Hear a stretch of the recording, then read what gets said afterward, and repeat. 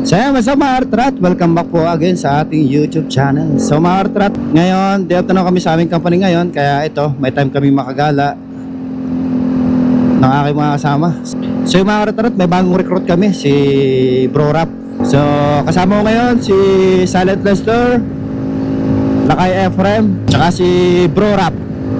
So apat kami ngayon mga Artrat. At pupunta kami ngayon ulit ng dagat para magpahangin, magpa-relax, makapag-relax man lang sa lugar na yon and makasagap ng fresh air tsaka vitamin C. At oras 6:30 6:30 na kami umalis mga Kartrat kasi kanina grabe yung heat wave dito sa South Korea, sobrang init, kaya ito lang yung time namin na gumala. So as usual mga Kartrat, pag day off, alam nyo naman ang ginagawa namin, naghahanap kami ng hangout place. Yan yung tatlo mga Kartrat, si Lester, Ephraim, and si Rafael. Samahan nyo kami sa aming konting adventure. Hindi naman, tatambay lang kami doon. May mga sila, camping chair, may panlatag, siguro tatambay doon tapos kakain doon. Yun lang yung pinaka namin ginagawa sa day off dito sa South Korea. Pag walang pasok sa company namin, talagang sinasamantala rin namin na makapag-relax, makagala, para malambot yung motor ni Lester, gulong.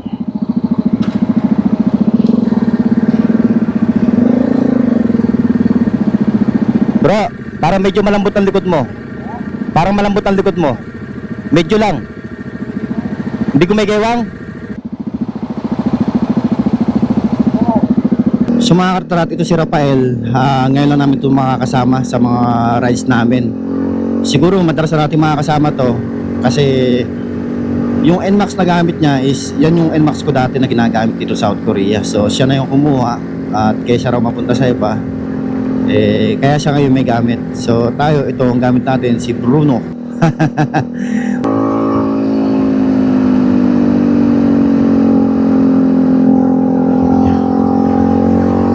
Si Rafael, si Ephraim, Rafael, Ephraim, Lester. Yan ang ating mga body.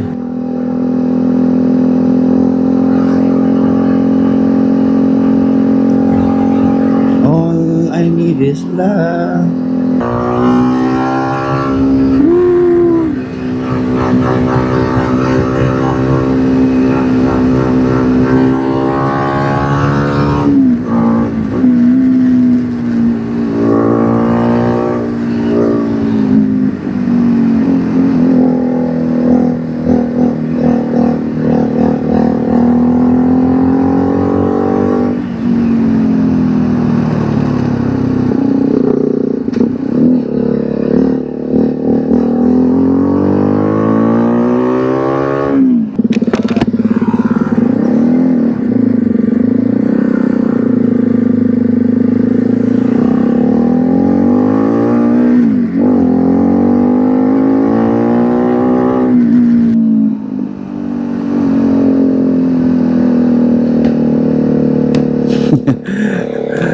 Langya.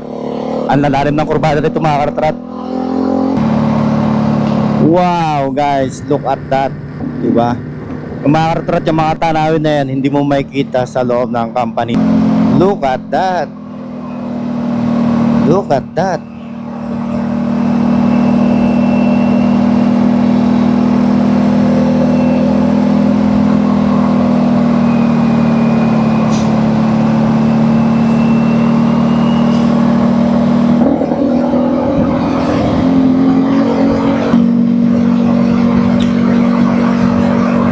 I believe I can fly.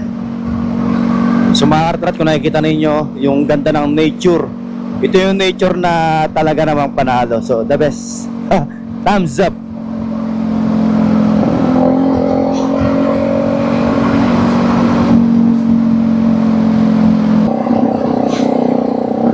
May swimming pool Ay, siguro yung mga ayaw magdagat, pwede sa swimming pool. May mga bilya guys may mga bila, tapos ang ganda.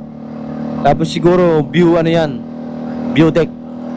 Yung mga magkakamping tapos magbe-viewing, mountain viewing, panalo yan.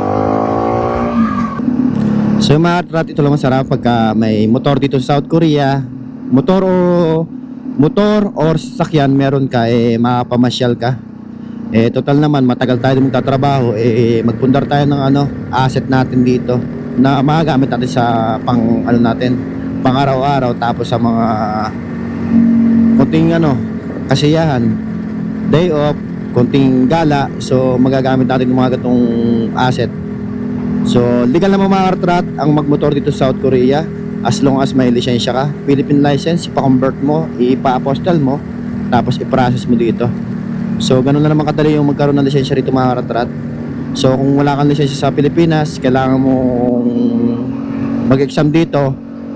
Make sure lang na marunong ka mag-drive ng sasakyan, kasi ang test drive dito sa pagkuha ng lisensya is sasakyan, 4 wheels. So yun ang papagamit sa inyo doon. Ngayon kung makakapasa kayo doon sa track obstacle nila, so yun, makukuha nyo yung lisensya nyo on the spot, agad-agad.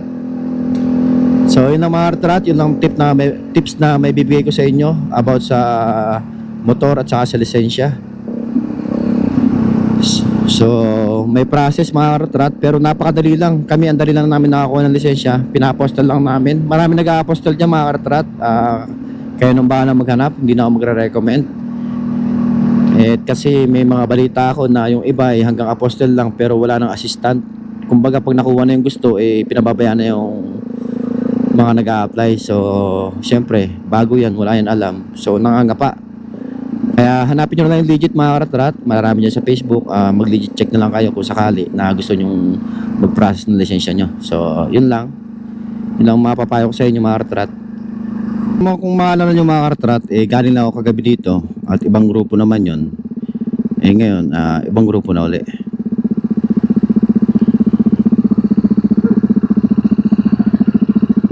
Anong mainit?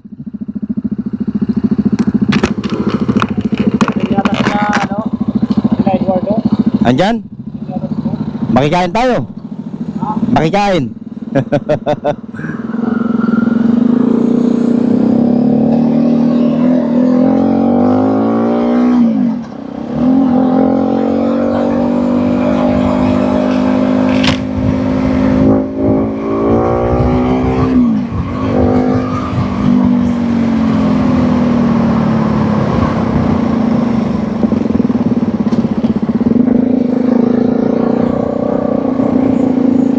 Kagabi andito mga katrat, ang kasama ko naman si Nakoy Noli, parang Gerald, parang Aaron,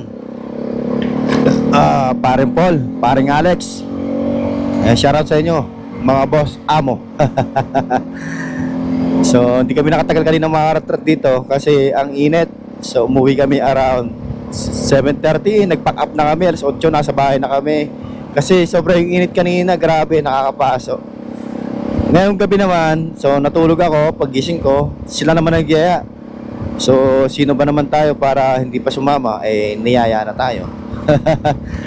Kumbaga, hindi naman tayo special na nilalang hindi naman tayo special na nilalang para hindi sumama. Kaya ito, let's go. So yung mga katrat, ito isa sa mga dinadayo namin dito, yung mga views. Yung mga view dito sa lugar na to. So tingnan nyo naman. And under renovation pa siya, siguro pinapaganda talaga to. Dati itong area na to is may mga swimming pool dyan. Yan yung kung ayaw maligo sa dagat, sa swimming pool pwede. So dyan.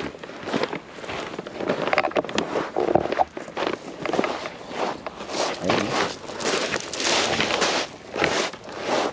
Grabacious, spacious, precacious. Ambitious. Ito na.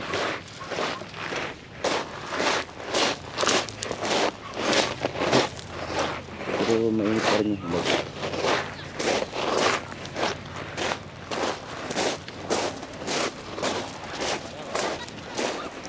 Ganda ng bato. Sarap sa paan.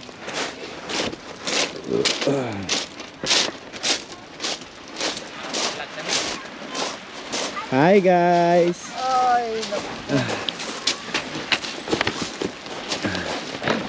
Ang mga katrat, si Lester. Si Boss Amo, welcome back Boss Amo. Si Rafael, bagong recruit. Alipin na naman tayo ng salapit. Tole Frank, kilala nyo na yan. Yan ang aming dinadayo dito mga katrat. Di ba? Suwabe oh. Fishing, tapos Hindi na yan. relax lang, relax lang ba? At masaya mga ratrat. Ayan. O, Yan baka ang yung bibo yan. aming pagkain ngayon. Bibo yan? Sa mga ratrat, ang Birthday na aming naman. pagkain. Sa harap ng dagat. Yan. Wala tayong So, yan yung mga dinadayo namin dito. Kaya nagpupunta kami dito mag-relax tapos kumain. So, ayan oh. Diba? Ito lang, yung mga setup oh. Napakasimple oh. Dala ka lang ng upuan mo. Panlatag oh. Tapos pagkain. So, yun yun. Eh, total din ako kami tutulog dito. Kaya hindi namin kailangan ng tent. Ayan sila, may mga tent sila dyan.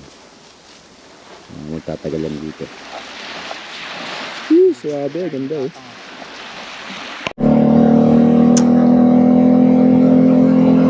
So yung mga katrat, pauwi na tayo. Tapos na yung aming konting tambay lang dito sa Yangnam, tabing dagat. So yun lang, nagpa-refresh lang kami, nagpahagin. Sumagap lang ng sariwang hangin. So yun lang naman ang magandang gawin dito. Yan, kasama ko pa rin si Lester, si Rafael, at si Efrem. So let's go. Samahan nyo kami mga katrat sa pag-uwi namin. And sana safe lahat. Biyahe namin is around 30 minutes lang naman mula sa area namin. So yung mga katrat, kung nakaabot ka sa video na to, maraming salamat po sa pagsama nyo sa amin ngayong araw. And again, kasama ko ngayon si Lester, si Rafael at si Efrem. And dito na kami mag-iwawalan yung mga katrat. So maraming salamat po sa panonood sa ating YouTube channel.